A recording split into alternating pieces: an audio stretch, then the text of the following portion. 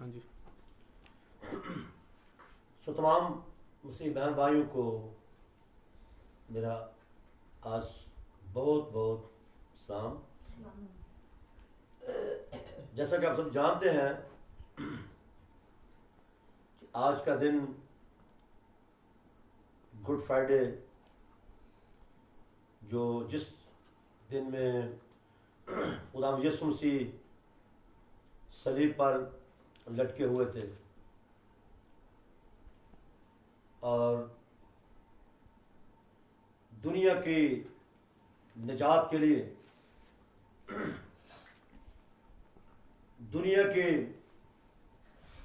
जो हमेशा की जिंदगी खो चुकी थी उसको देने के लिए जब वो सलीब पर चढ़ाए गए ताकि इंसान हमेशा की जिंदगी का वारिस बने, जो आज पूरी दुनिया में इस दिन को मनाया जा रहा है। और हम आज खुदा के पाक कलाम में से देखते हैं, जिसमें कलाम से पहले मेरा नाम पास्टर अफजल भट्टी है। मेरी रिहाइश इस्लामाबाद बाराकाऊ में है। हम खुदावंद की आवाज़ सुनने के लिए जो इस वक्त यहाँ बैठे हैं और जो सुन रहे हैं, जो यीशु मसीह ने पहला कलमा जो यीशु मसीह के मुंह से निकला उसकी हम तलावत करते हैं। लूका रसूल की मार्फत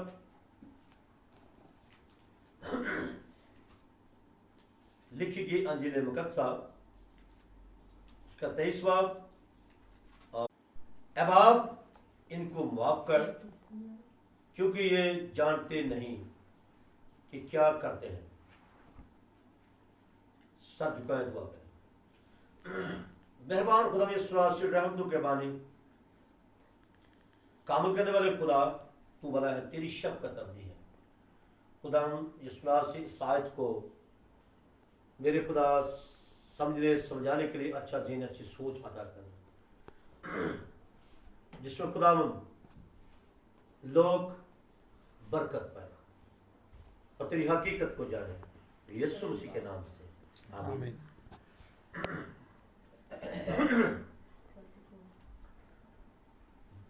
बाइबल मुकद्दस में हमने जो आयत पढ़ी सुनी, जिसमें कहा गया कि यीशु ने कहा, अब आप इनको माफ कर क्योंकि ये जानते नहीं कि क्या करते हैं। इसका मतलब यह हुआ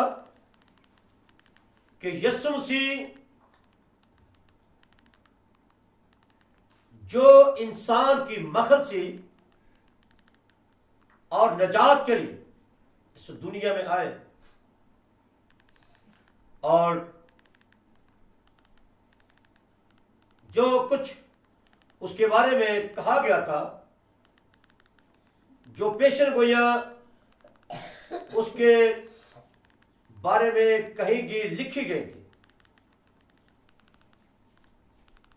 उसके मुताबिक इसका मतलब है कि सलीब पर उसे चढ़ाया गया। लेकिन यीशु मसीह ने जो कहा, अब आप इनको माफ कर क्योंकि ये जानते नहीं हैं कि क्या करते हैं। बेशक यह सब कुछ ऐसा होना ही था इंसान की मखलसी के लिए, इंसान के छुटकारे के लिए, और जिसमें सलीब पर उसे चढ़ाना था।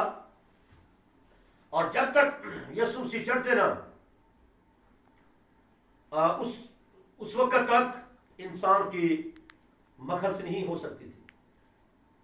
इसमें जो यीशु मसीह को जब अजियत दे रहे थे, मार रहे थे, कूट रहे थे, जलील कर रहे थे, ठट्ठू में उड़ा रहे थे, तो यीशु मसीह ने कहा, ए बाप, इनको माफ कर क्योंकि ये जानते नहीं है। मेरे अजीजों, वो यीशु मसीह को अजियत दे रहे हैं, कोड़े मार रहे हैं, ताने मार रहे हैं, लेकिन यीशु मसीह के मुंह के जो लफ्ज पहला निकला वो क्या था? इनको माफ कर। इसमें इसका मतलब है कि यीशु मसीह उनको कहता है कि माफ कर। यीशु मसीह वो उससे दुख दे रहे हैं, वो उससे अज़ियत दे रहे हैं, लेकिन यीशु मसीह कहता है कि इनको माफ कर। आमीन, आमीन।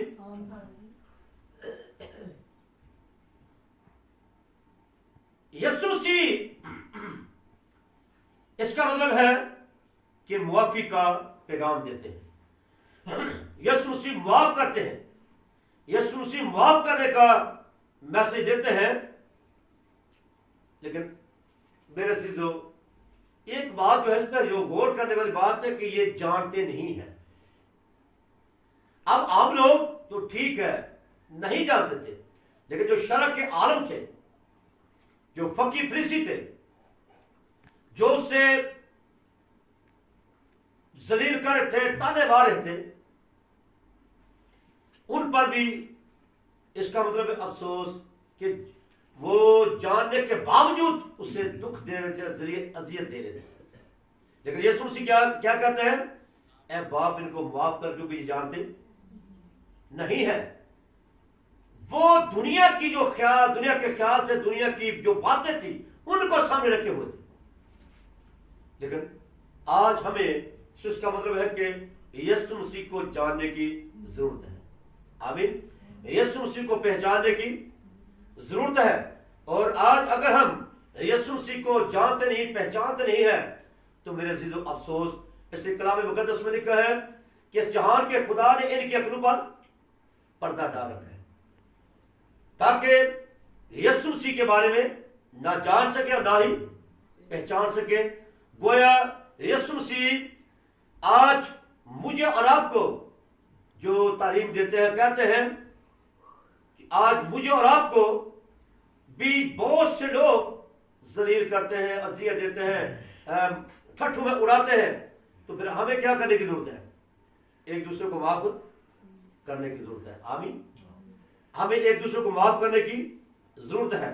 और अगर हम माफ नहीं करते तो इसका मतलब है कि हम यीशु मसीह के पैरोकार नहीं है।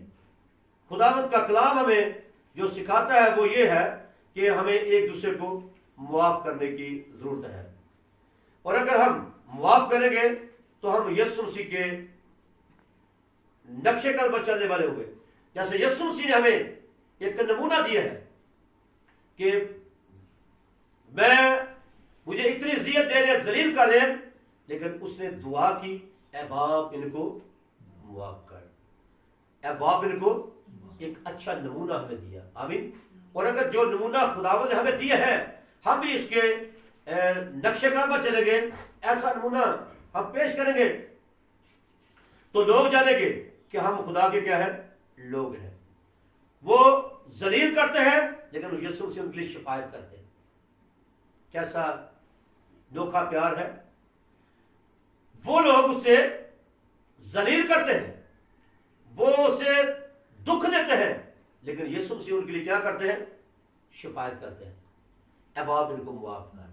ए बाप, इनको माफ कर। इसका मतलब है कि आज यीशु मसीह ने जो हमें नमूना दिया है, हमें भी उसके पैरोकार, उसके नक्शे कदम पर चलने की जरूरत है। आमीन।